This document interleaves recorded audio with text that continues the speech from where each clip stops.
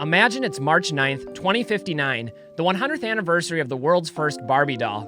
In anticipation of this milestone, Barbies around the world have sold out of retail stores, with long lines forming for restocks. Meanwhile, celebrity influencers have boarded the Barbie bandwagon, showcasing their dolls on their social media platforms. New websites have emerged for tracking the prices and populations of vintage Barbie dolls, some of which are selling for tens of thousands of dollars. You can't escape it. Barbie is literally everywhere.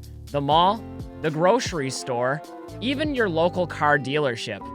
Although you've never owned or played with a Barbie in your entire life, you decide this is where you want to park your retirement funds. So, with limited research, you buy $10,000 worth of Barbie merchandise, put it in your closet, expecting to soon be rich from your Barbie investment. Sounds a little weird, doesn't it?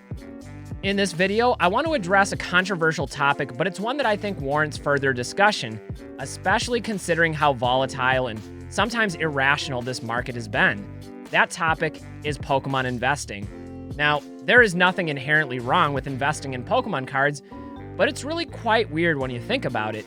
Grown adults betting their future on cardboard illustrations of fictional creatures designed for children. As a dedicated collector and something of an investor myself, even I have to admit, that's a little weird. But there's a bigger weird factor at work here, or at least I think so, and that's investing into any collectible market without intimate knowledge of or genuine passion for that collectible.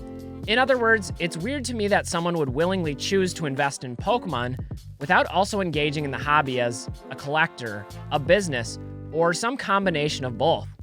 After all, wouldn't a collector or a business have a distinct advantage over an outsider in this space? And wouldn't an investor have other safer and more lucrative options for their money if they were genuinely indifferent to Pokemon as a franchise?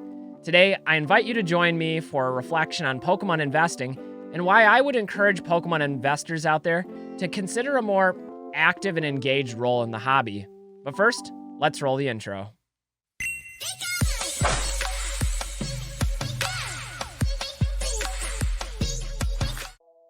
The first reason investing in Pokemon cards is weird is the actual product or asset people are betting on. Unlike traditional investments like stocks that represent shares of actual companies generating real profits, people are instead choosing to park their money into children's trading cards featuring illustrations of fictional creatures.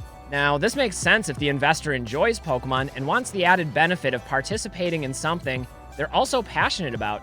For example, someone who enjoyed Pokemon as a kid and feels nostalgia for the franchise, or someone who is also a collector, or even someone who enjoys the games and wants to invest into something they know and love. However, the whole concept of Pokemon investing is generally discussed as a passive and detached process. In fact, I think this is an important distinction that often gets lost in the conversation. The market is really divided into three different categories of participants: collectors, resellers, and investors. Collectors are the heart of the hobby and focus on nostalgia, history, artwork, and take pride in curating meaningful collections. For them, monetary value is secondary to the joy of obtaining cards and building out those collections. Meanwhile, resellers, who I would distinguish from flippers or from scalpers as those that are actively running businesses, are less emotionally attached, but still highly active in the market. They're in the business of buying and selling and finding ways to optimize the market through grading, flipping singles, and converting wholesale purchases into numerous smaller profitable transactions. Whereas collectors determine market demand, resellers are really more about market liquidity, and there's a codependency between the two. However, the third market participant, the investor, has a more subtle impact. Investors buy cards or products with the intention of long-term appreciation, believing they will grow in value over time. Their goal is to simply buy, hold, and profit years later. It's sort of a set it and forget it mentality, which again, seems a little bit weird to me. Now, to be fair, I think most people who claim to be Pokemon investors really aren't, at least not by this definition. They're really a hybridization of multiple categories. Perhaps they maintain a personal collection, but also keep some items stashed away specifically to resell later.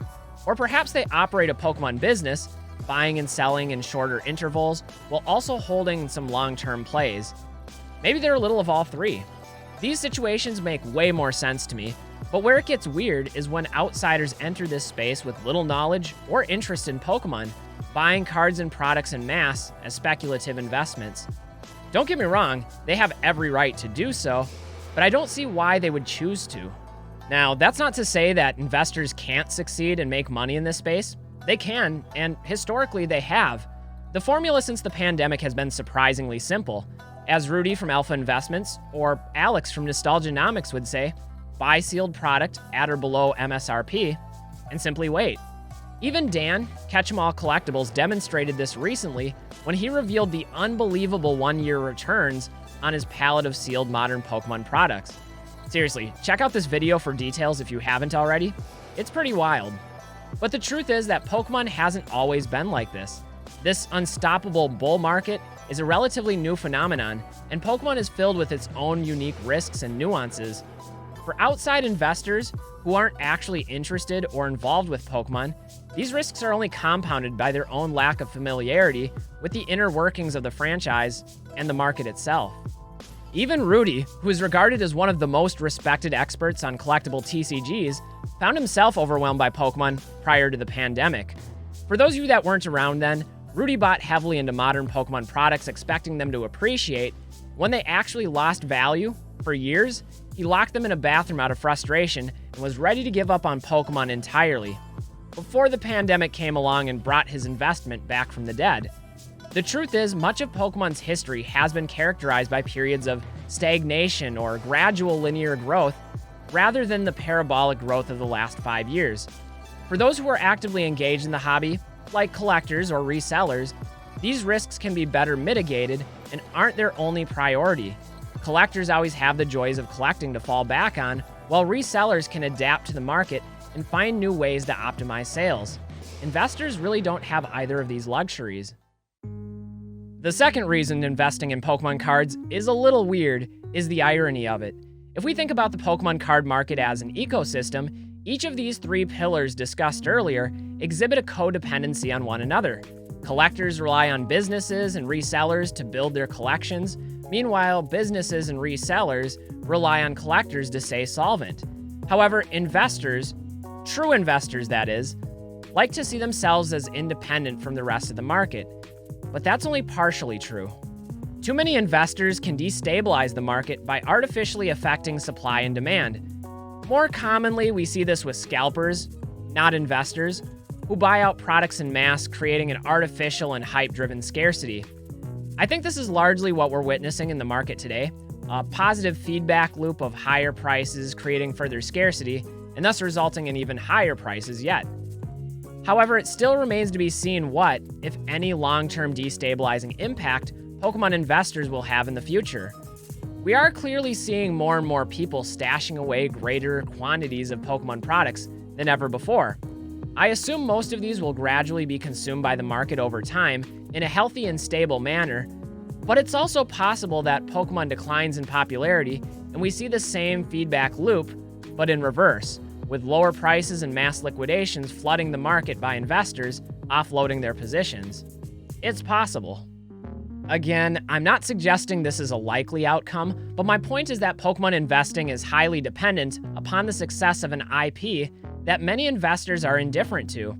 And to take it one step further, these investors are also dependent upon the health and stability of the same Pokemon fan base that they're often competing against by buying up products and taking them off the market. But there's also a second irony here. Investing in Pokemon cards is generally touted as a passive activity, but it's often more complicated than it seems. First, sourcing product can be extremely difficult, especially amidst the product shortages that we're currently seeing. For many prospective buyers, waiting in line at retail stores for restocks can be a time-consuming practice and really almost a full-time job of its own, especially when product limits are put in place. Another option, buying online, can also require some precise timing and technical prowess, with bot accounts overwhelming most retail websites immediately upon release. Finally, buying directly through distribution usually requires a brick-and-mortar store and proof of business activity. None of these options are ideal for investors who are hoping to take a passive role. For those who make it past this first hurdle, there's also the actual process of selling. Now, personally, as a collector and a small business, I enjoy the process of buying and selling cards, but even on a small scale, it's time-consuming and requires some specialized knowledge. Everything from taking photos, to writing descriptions, to package and shipping items is something Pokemon investors will eventually have to deal with in some capacity. And to take it a step further, each of these include their own microcosm of considerations, like which shipping service to use, how to properly package an item, how to print shipping labels, whether or not to include signature confirmation or insurance, or what to do if an item is lost or damaged. Unlike traditional assets, Pokemon investments can't be as quickly or as easily liquidated. Meanwhile, the fees for selling on platforms like eBay or TCGplayer are significantly higher than traditional assets like stocks. It begs the question, is it even worth it? And for some investors, the answer is a resounding yes. But again, if someone isn't passionate about Pokemon, I find it weird that they would choose this method of investment given the risks and the difficulties that accompany it. This is the part of the video where I offer an alternative, my own call to action for all of the self-professed Pokemon investors out there. Now, this is just my opinion, but after decades of engagement in this space, I find that the most successful investors aren't really passive at all. They're deeply engaged collectors in the hobby, and that engagement gives them a serious advantage. Simply put, engagement matters, and investors who embrace Pokemon and hybridize their role as both an investor and a collector are far more likely to succeed, both financially but also in terms of personal fulfillment. Again, this is just my opinion, and admittedly, it is a biased one, but I think there are a few reasons why investors who are also collectors are at a distinct advantage. First, collectors know the history. They understand why certain sets, cards, or products hold lasting appeal. They recognize the significance of obscure promos, misprints, and regional exclusives, giving them a broader selection of items to pursue and more context for those buying and selling decisions. They also identify trends earlier. Active collectors and businesses spot shifts in market demand before the masses because they're so immersed in the market and in the community. As a result, they may be better insulated from market volatility than an outsider with limited awareness of Pokemon. They also seem to possess a better understanding of the fundamentals. Unlike passive investors, collectors and businesses are more attuned to the 5 fundamentals: rarity, scarcity, condition, popularity, and historical significance. As a result, they have more opportunities to participate strategically in the market, where everything from print runs, population reports, and even upcoming game releases can impact long-term values. But these aren't always relevant or accessible insights for outsiders. Finally, they know how to build networks. Collectors and resellers are regularly interacting with other collectors, sellers, and community members, giving them access to better deals, better business relationships, and more insider knowledge that simply can't be found in isolation. This is especially helpful in a market that has been as competitive and hyper-optimized as the one we currently find ourselves in. I'd also add that interacting with others in the community is really the most enjoyable part of Pokemon. To put it simply, when someone without passion enters this space seeking profit, they take on some additional risks and challenges. They may lack context on why people want certain cards or awareness of how community sentiment drives values for certain items. They're playing catch-up in a game where passion-driven collectors are often a step ahead. Again, that doesn't mean that they can't or won't be successful. Many are. But in my opinion, it's a weird decision to invest in Pokemon if you're not driven by passion for the franchise or at least actively engaged in the market. As a collector who operates a business and sets aside some items for long-term investment purposes, I personally see the value in balance. Each of these lenses contribute to a fuller perspective of the hobby. They've also made collecting more dynamic, self-sustaining, and fun. Don't get me wrong, there's nothing wrong with wanting to profit, but if you can make some money while also finding fulfillment and enjoyment in what you do, well, that's just a winning formula for life. Anyway, guys, those are my rambling thoughts on Pokemon investing, but as always, I welcome your thoughts down in the comments below. Do you think investing in Pokemon cards is as weird as I do, or has it become a dependable alternative asset that simply doesn't require active engagement? I'm also curious how many of you out there consider yourselves a hybridization of collector, reseller, and investor, and whether or not you found benefits in this hybridized perspective. Let me know down in the comments. But anyway, that's going to wrap it up for this one. I'm Pokemon Classics, reminding you all that the classics never go out of style. We'll see you all with the next video, but until then, don't forget to have fun. That's what this is all about. Bye, everybody.